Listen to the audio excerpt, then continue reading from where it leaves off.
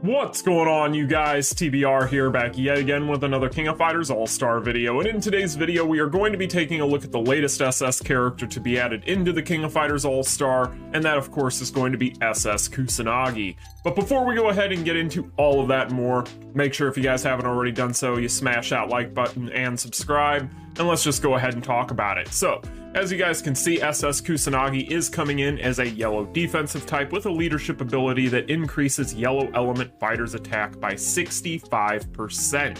So these 65% leadership skills to the different elements have started to become more plentiful lately, if you guys haven't noticed. We saw this earlier a couple of weeks ago when it came to the classic Nina, and now we are seeing this with SS Kusanagi.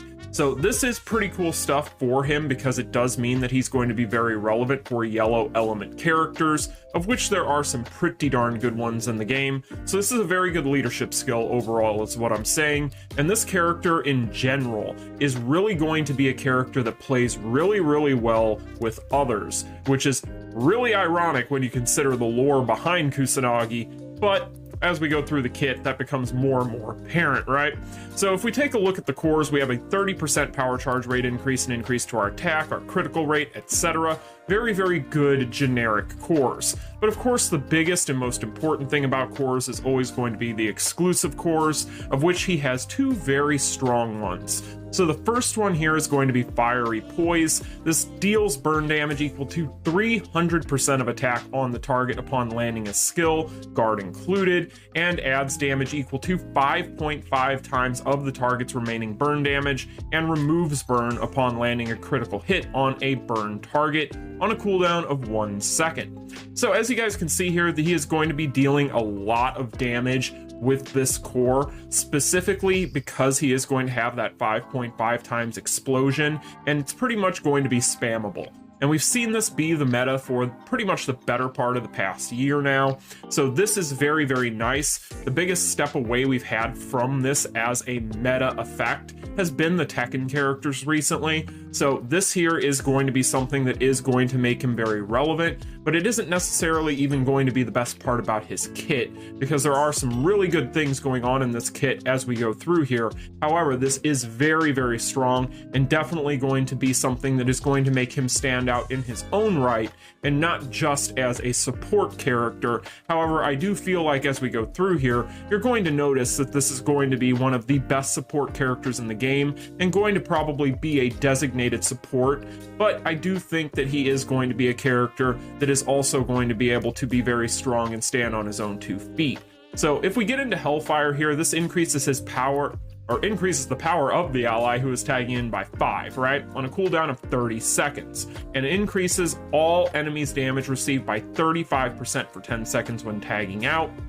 And then he's going to have a exclusive core here for SS fighters. So this is something that we typically see with any of these SS fighters. So this one here is going to give him 1.4% power every 0.4 seconds while in guard. This is pretty classic. We've seen this with SS characters and BS characters a ton. And he decreases his damage received by 70% for 3 seconds when accumulated attacks received, guard included, reaches 5 times on a cooldown of 20 seconds. So in here, you're going to notice this line is going to make this character a very strong support for things such as guild bosses. So this is really good, right? This right here is going to mean that for all of you people out there that like to play guild raid or guild boss mode or whatever you're talking, in a way to where you're going to be jumping between characters and trying to put on as much damage as humanly possible, this is going to make this character perfect for that.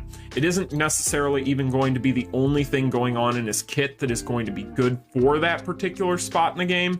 However, this is something that you definitely want to note, because this is going to be really where you're going to see a lot of videos being made with this character, I get the feeling, probably using characters like Devil Jin alongside him in order to basically just beef up Devil Jin's numbers, right?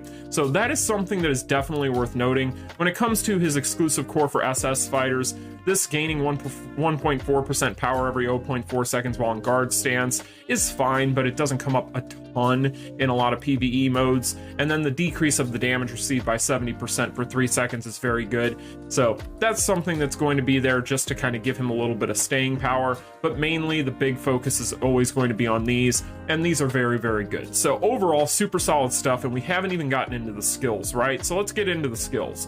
First up, when it comes to his EX skills, he has Penetrate and Hand Down. So these are going to, again, be things that are going to be supports, right? These are going to be things that are going to require him to be on a team to be super, super effective with them. And I think that overall, this character is going to be one that, again, you're going to see used in team runs, in guild raid, in boss challenge, etc. quite often. So when it comes to other skills in here, as far as their effects are concerned, on the S1, he is going to have a 25% chance to reset the cooldown when using a skill. That's very good. We've seen this 100 times on characters. Every time a character has it is super OP. This right here, very good stuff. He also increases the attack of all allies and himself by 20% for 10 seconds upon use, and it stacks up to 3, right?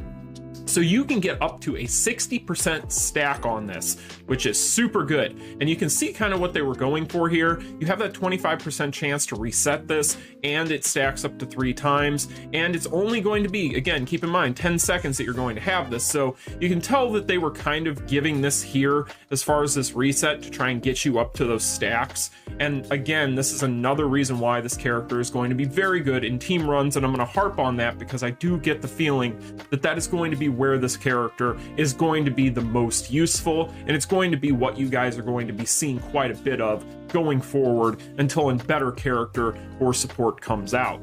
So next up here on the S2, we are going to increase target's damage received by 32% for 6 seconds upon landing a skill and apply Infernal Flame. So this is going to be where your dot is going to be. So this Infernal Flame is going to be a 12-second duration. Really good. However, keep in mind he does have that 5.5 times explosion on his cores, so it's probably not going to last that long. However, it is a nice duration. Again, really solid skill, not necessarily as good as this S1, but still very good. And then finally on the S3, this is going to of course be your interrupt with your hyper armor, because of course it is, every character has this anymore. It is limited to standing and airborne, and then he is going to apply Infernal Flame to the target for 12 seconds upon a successful attack. So another 12-second Infernal Flame duration with a PvP exclusive of a 70% chance to remove the target's hyper or critical hit shield upon landing a hit. So this right here is another really good skill. Of course, anytime you have an interrupt with hyper armor, you'll love to see it. It also applies that Infernal Flame. So in general, all of these things are really good, right? This character is looking very strong. He looks like he's one of the better SS characters that they've dropped in a while now. But I don't necessarily, I'm going to have to wait and see what his numbers and what numbers he can put up by himself.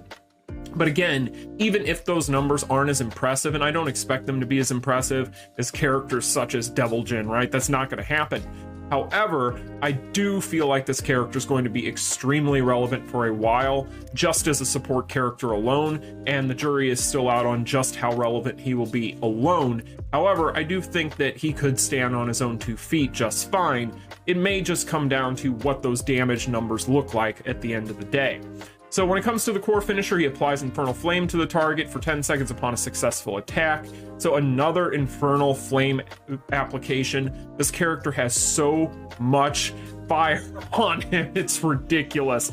Netmarble loves burn. It's their thing. It's great. I don't even know what to say about it anymore. It's become a running joke. So anyway, when it comes to SS Kusanagi, I think that this character is very good. I think this is going to be a character that we're probably going to see used quite often. Again, specifically in team runs. And if I do wonder too, this character, I had the thought, how good could he be in maybe the final fight in Tower of Trials, like say tier 90? I wonder how much he could donate to a team that's tagging in and out. So this character I do think is probably going to be relevant. I think this is going to be a good character. I don't think this is going to be one of those quote-unquote free characters that just kind of goes by the wayside. Kind of like a Gato, right? But I do wonder how he is going to perform on his own, and so we'll have to wait and see. So when it comes to this character, I'm very happy with his kit. I think for a free character, that he is very good. However, how you get this character, of course, you are going to need to go in and do your missions, collect these coins. These missions aren't anything too crazy. I did this stuff in like 10 minutes, so it's really not that difficult. But then you parlay those into this. Basically, this board, you're going to randomly pull on it. You want these little tiles here to reset the board, and then take these and feed these to the crafting event. You go in here, you feed these in here. It'll cost you 3 of those little items to get the actual Kusanagi character himself. It's going to cost you an additional 3 per memory to get memories for him, and then his battle card is going to be 2 of those. So if we take a look at the battle card here, he's also going to deal additional burn damage equal to 200% of attack upon landing. So again, more damage.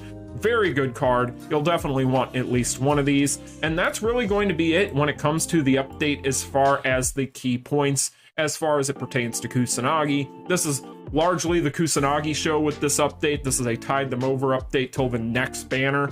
We do also have a Ruby login event, but that's 4,000 free rubies. Good stuff. We'll wait and see what the banner's going to be. We're going to be using those on. And of course, Dream Match is back as well. So with that being said, you guys, let me know in the comments section down below how you feel about Kusanagi.